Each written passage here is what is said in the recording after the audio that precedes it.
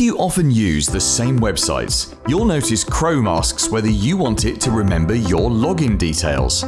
But if you use an external password manager, saving passwords in both can be confusing and cause conflict. We recommend you turn off Chrome's built-in password manager. Here's how. Click your Chrome menu in the taskbar. Select Settings.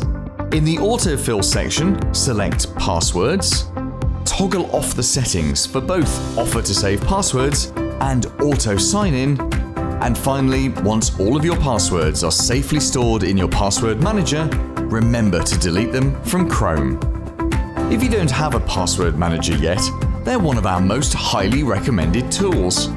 Your manager will generate long random passwords, remember them for you, and automatically fill in login boxes. It's a smart way to stay safe. If you want to know which password manager we recommend, get in touch.